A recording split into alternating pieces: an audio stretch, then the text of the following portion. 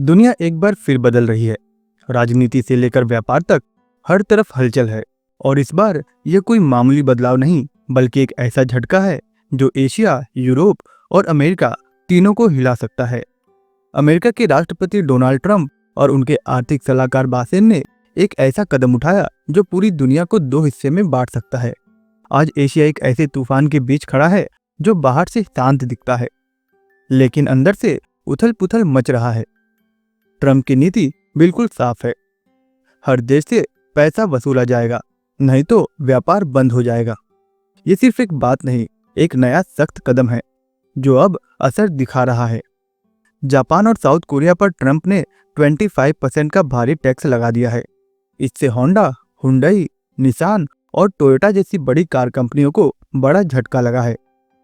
Oxford economics कहता है कि जापान की जीडीपी में 0.1% की गिरावट आ सकती है और जब उनकी ग्रोथ पहले से ही 0% है तो ये गिरावट उन्हें मंदी की तरफ ढकेल सकती है। इसके साथ ही कोरिया की करेंसी वॉन भी 1.1% तक गिर गई और उनके शेयर बाजार भी करीब 3.6% नीचे लुढ़क गया। सैमसंग और एलजी जैसी बड़ी कंपनियों का एक्सपोर्ट भी खतरे में है। सिर्फ कारें नहीं, मोबाइल, चिप और टेक्नोलॉजी से जुड़ी काफी चीजें अब मुश्किल में पड़ गई हैं। और अब बात करते हैं भारत की। अमेरिका और भारत के बीच व्यापार को लेकर पहले से ही कई मुद्दों पर मतभेद हैं, जैसे अमेरिकी दवाएं, जीएम फसलें और टेक कंपनियों को बाजार में पहुंच देना। अमेरिका ने कहा कि भारत से इंटरिम डील बनने वाली है जिसमें टैरिफ दर करीब 20% से कम हो सकती है। ट्रंप सरकार ने इस नए अल्टीमेटम से भारत पर एक अनकहा दबाव बना दिया है। भले ही हमें टैरिफ से अभी सीधी मार नहीं पड़ी, लेकिन दुनिया के आर्थिक नक्शे में हो रहे ये बड़े बदलाव भारत के लिए एक सतर्क संकेत है। अगर भारत अमेरिका की शर्तों को न माने तो वह कभी भी भारत पर भी ऐसे ही आयात शुल्क लगा सकता है और इससे हमारे टेक्सटाइल, फार्मा और ऑटो इंडस्ट्रीज को बड़ा झटका लग सकता है। वहीं अमेरिका के इस रवैये का एक दूसरा असर यह है कि भारत अब ब्रिक्स जैसे देशों की तरफ तेजी से रुख कर सकता है। ब्रिक्स, जिसमें ब्राजील, रूस, भारत, चीन और साउथ अफ्रीका शामिल है, अब दुनिया की एक नई आर्थिक शक्ति बनने जा रहे हैं। ट्रंप की आक्रामक नीति से कई देश अमेरिका से दूरी बनाकर चीन, रूस और भारत जैसे देशों की ओर झुक रहे हैं। इस ब्लॉक में भारत की एक अहम भूमिका हो सकती है, न केवल एक बैलेंसिंग पावर के रूप में बल्कि एक विश्वसनीय ट्रेड पार्टनर के रूप में भी, क्योंकि आंकड़े साफ दिखाते हैं कि साल 2030 तक ब्रिक्स दुनिया के जीडीपी का करीब 33% का हिस्सा बन जाएगा और अकेले चीन करीब 20% का हिस्सा देगा। वहीं G7 की ताकत भी घटकर करीब 40% से नीचे आ सकती है। इसका ये मतलब है कि भारत के पास मौका है एक बड़ा और असरदार खिलाड़ी बनने का। अब ये फैसला हमारे देश की कूटनीति और सही समय पर लिए गए फैसलों पर टिका है। अब हम एक ऐसे मोड़ पर आ चुके हैं जहां डॉलर के भविष्य पर भी सवाल खड़ा हो गया है। ट्रंप का अगला बयान काफी चौंकाने वाला था। ब्याज दरों को घटा दो और सीधे 4.3% से 1% पर ले आओ। उनका दावा था इससे अमेरिका हर साल करीब $1 ट्रिलियन यानी करीब 83 लाख करोड़ से भी ज्यादा रुपए बचा लेगा।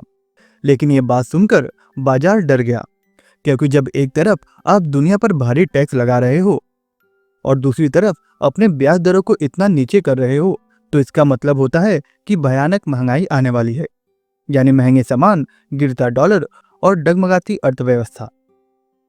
और बिल्कुल यही हुआ।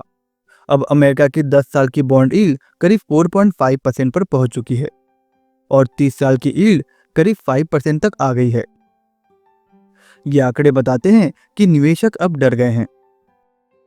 ब्लैक रॉक जैसे दुनिया के सबसे बड़े फंड्स ने अमेरिका से मुंह मोड़ लिया है और अब वे अमेरिकी बॉन्ड की जगह यूरोपियन यूनियन बॉन्ड यानी ईयू बॉन्ड में निवेश कर रहे हैं।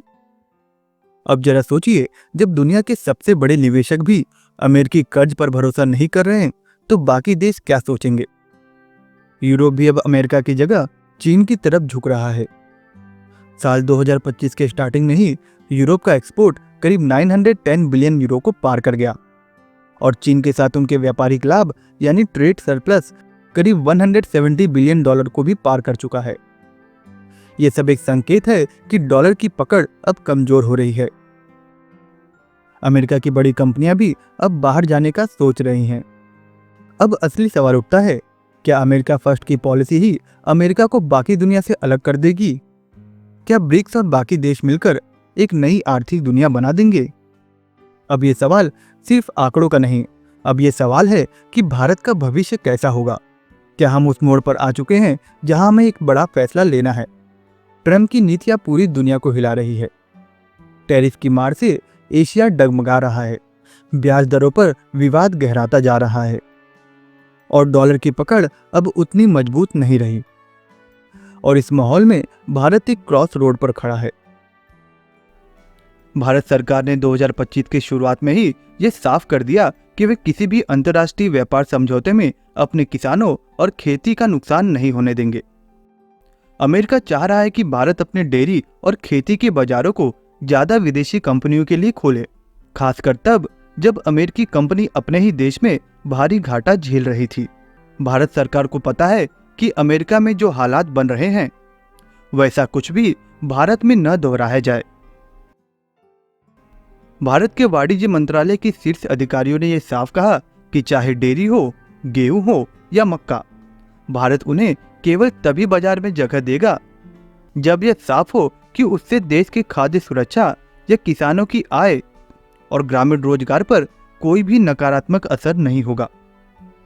भारत ने एक और बड़ा कदम उठाया और उसने WTO में यह प्रस्ताव रखा कि किसी भी देश को खेती जैसे संवेदनशील सेक्टर पर व्यापारिक दबाव डालने की अनुमति नहीं होनी चाहिए।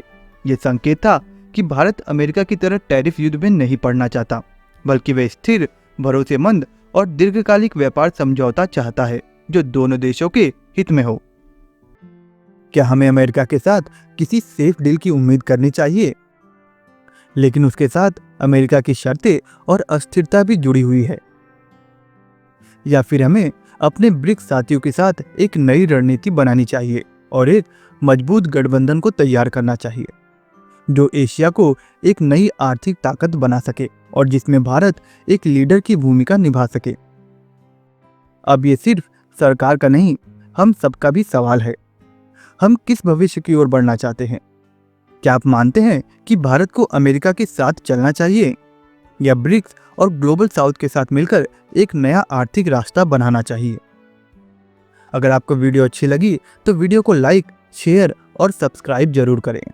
मैं कल मिलता हूं आपसे एक नए और इन्फॉर्मेटिव वीडियो के साथ।